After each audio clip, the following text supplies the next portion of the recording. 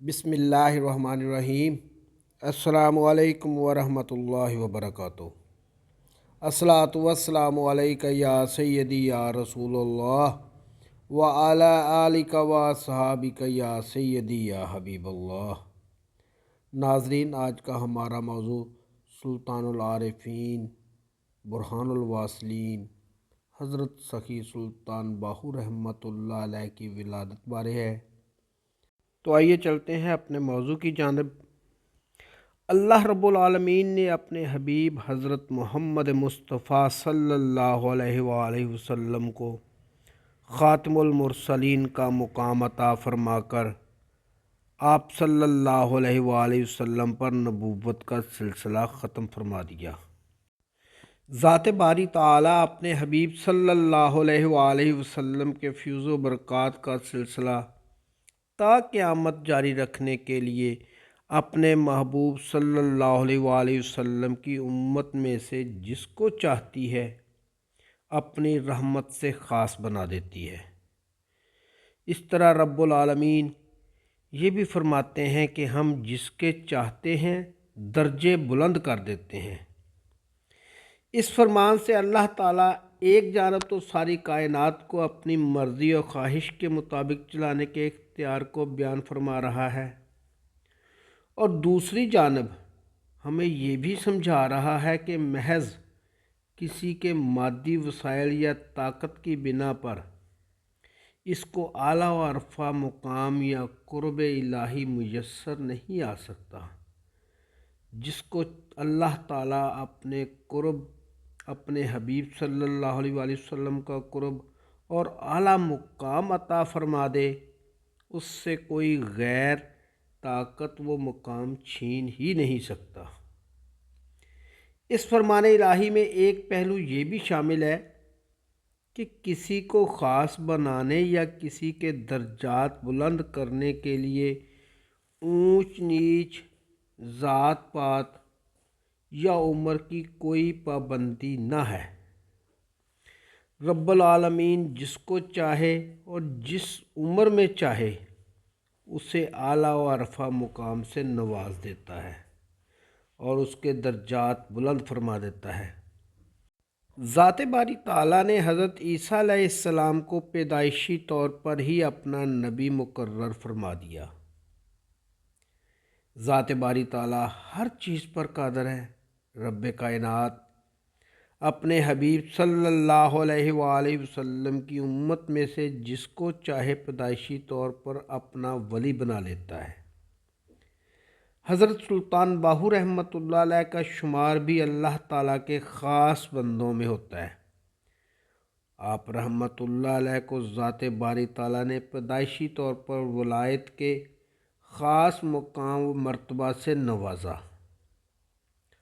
آپ رحمۃ اللہ علیہ کی والدہ ماجدہ حضرت بی بی راستی رحمۃ اللہ علیہ بھی اعلیٰ مقام و مرتبہ کی ولیہ کاملہ تھیں۔ آپ رحمۃ اللہ علیہ ابھی انگا میں ہی رہائش پذیر تھیں کہ آپ رحمۃ اللہ علیہ کو الہام و کشف سے معلوم ہوا کہ آپ کے بطن میں جو بچہ ہے وہ اعلیٰ مقام و مرتبہ کا ولی ہوگا، اور اس کی پیدائش علاقہ چناب میں ہوگی۔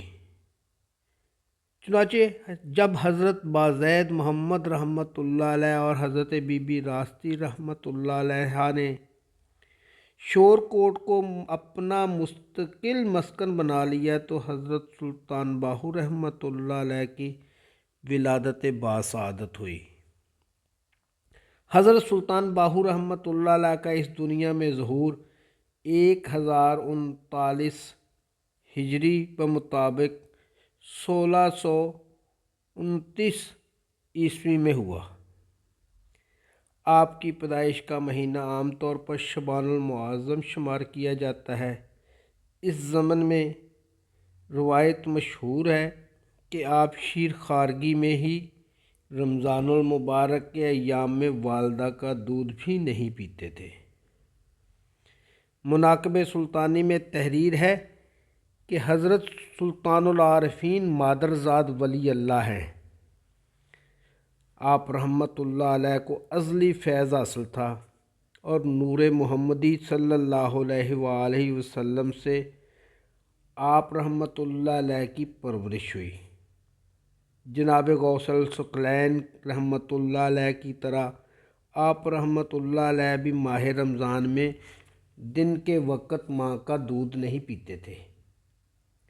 حضرت سلطان باہو رحمۃ اللہ علیہ کا اللہ تعالیٰ نے ایسی ماں کی گود میں پرورش نصیب فرمائی کہ رحمۃ اللہ علیہ جو خود بھی ولیہ کاملہ کے مقام کی حامل تھیں، آپ رحمۃ اللہ علیہ کی والدہ ماجدہ حضرت بی بی راستی رحمۃ اللہ علیہ کو ذات باری تعالیٰ نے اپنے ولی کامل کی پرورش کی جو ذمہ داری سپرد فرمائی، اسے مائی صاحبہ نے اعلیٰ طریقے پر سر انجام دیا۔